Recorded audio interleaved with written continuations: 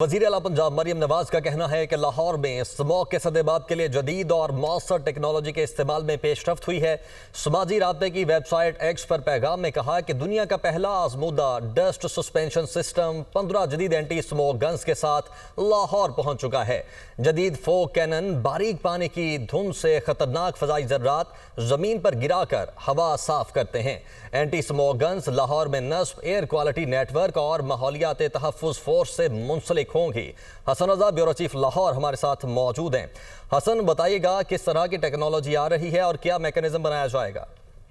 देखिए, वज़ीर आला पंजाब मरियम नवाज शरीफ ने जो ऐलान किया ये बहुत बड़ा है। अगर देखा जाए तो लाहौर में स्मोक के सद्देबाब के लिए जदीद और मौसर टेक्नोलॉजी के इस्तेमाल पे बड़ी पेशरफ्त सामने आई है। दुनिया का पहला आजमूदा डस्ट सस्पेंशन सिस्टम 15 जदीद एंटी स्मोक गन्स के साथ जो है लाहौर पहुंच चुका है। वज़ीर आला पंजाब ने यह भी कहा कि जदीद फोक कैनन बारीक पानी की धुंध से खतरनाक फजाई ज़रात PM 2.5 और PM 10 को जमीन पर गिराकर हवा साफ करते हैं।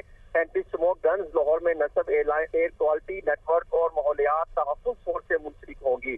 आलूदगी की शिद्दत बढ़ने पर एंटी स्मोक गन्स खुदकार तौर पर फाल हो जाएंगे और anti smoke gun system satellite data, drone, QR code, बट्टा फश्त और आर्टिफिशियल इंटेलिजेंस ट्रैकिंग सिस्टम से मुंसलिक होगा। एंटी स्मोक गन माहौलियात के तहफ़्फ़ुज़ के लिए एक इनकलाबी कदम है। टेक्नोलॉजी, जिद्दत और शहरियों की शमूलियत के साथ स्मोक के खिलाफ जो है जंग जीतेंगे। वज़ीर आला पंजाब ने बल्कि ये इकदाम सिर्फ एक माहौलियाती पॉलिसी नहीं बल्कि एक विजनरी लीडरशिप की अलामत है जो आने वाले दिनों में न सिर्फ लाहौर बल्कि पूरे पंजाब को साफ, सेहतमंद और मॉडर्न शहरों में बदलने की बुनियाद रखेगा।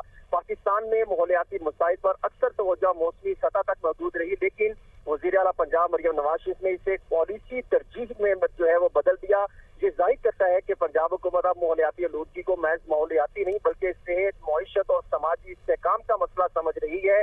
पंजाब में आलूदगी की मॉनिटरिंग के लिए अब आर्टिफिशियल इंटेलिजेंस और सैटेलाइट डाटा पर मुबनी एक जदीद निज़ाम के जरिए होगी और इससे हुकूमत और किसी वाक़े के बाद नहीं बल्कि रियल टाइम डाटा की बुनियाद पर वक्त और मौसर फैसले भी किए जाएंगे। मौसर। हसन, बहुत शुक्रिया आपका।